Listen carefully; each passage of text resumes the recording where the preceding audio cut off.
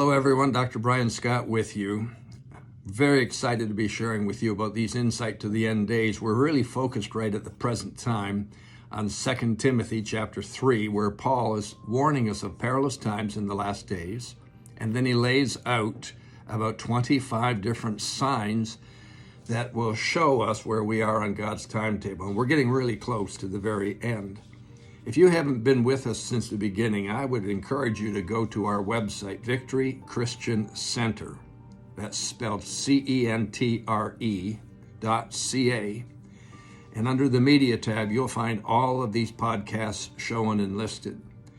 We talked about end time affairs. We talked about the war referred to in Ezekiel 38, which we call World War III. It's the invasion of Israel by about 10 countries, including Russia.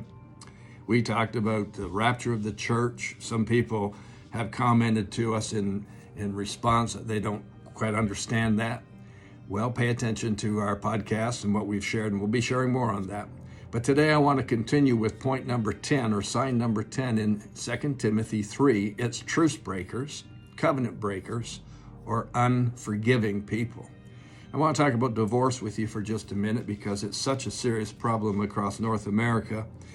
And the children especially pay a high price, or a huge price, for a divorce in their family, socially, psychologically, in their schooling, and so on.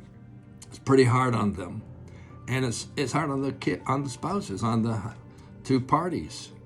Let me give you some statistics. These may be a couple years old, but they'll give you a fair idea of what's going on with the kids in a divorced home versus a married home. 31% of the kids in a divorced home are likely to drop out of high school. 31% versus 13% of a married home. That's like at least double, I should say. The number in a married home is a high percentage. Here's a second stat. 33% of teen girls will become pregnant outside of marriage from a divorced home versus only 11% of teenage girls in a married home. So that's 3 times. That's quite an increase. And then another statistic is 11% of males under 32 years of age will go to prison from a divorced home versus only 5% from a married home. So these are pretty heavy-duty stats. There's a big toll that kids play when there's a divorce in the home.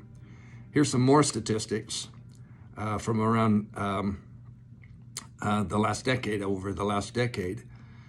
If we were to have our marriage homes return to 1960 levels, where things were a lot more consistent and static, we would have 750,000 fewer kids repeating their grades in school. 750,000 fewer kids would have to repeat grades. We would have 1.2 million fewer school suspensions. We would have 500,000 fewer situations of teenage delinquency. We'd even have 70,000 fewer cases of attempted suicide. These statistics are provided in several manuals that have been researched and studied.